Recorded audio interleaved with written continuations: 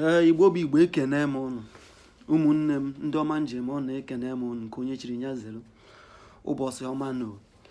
Biko o nwere ife m chọrọ ka m kwuo taa.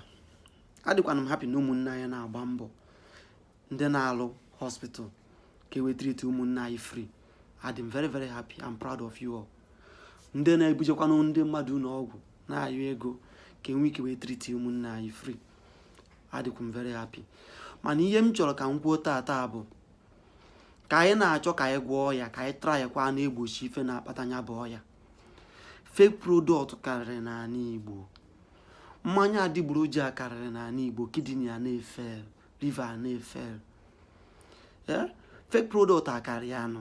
Biko ka anyị na-eti mkpu na-achọ ịgwọ ọya, na-achọ ịrụ n'ọgwụ, ka anyị gbakwanụ mbọ na-achụgharịkwa ụmụnne anyị ndị a na-ebupụta fake product, ndị a na-arụ fake product. Ọ bụrụ ịrụ n'ọgwụ ekporo ndị ahụ adọkpoju olu gị ebe ahụ, maka na ụmụnne anyị jizi iwe na-alụ adịgboroja n'ụzọ kwụ ọtọ, like na-alụ adịgboroja n'ụzọ pụrụ iche.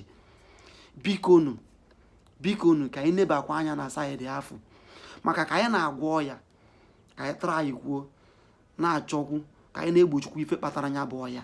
Ọ dịkwa important maka na fake product na-afụ na fake product dozi n'afịa karịrị ndị bụ ndị ezigbo ya.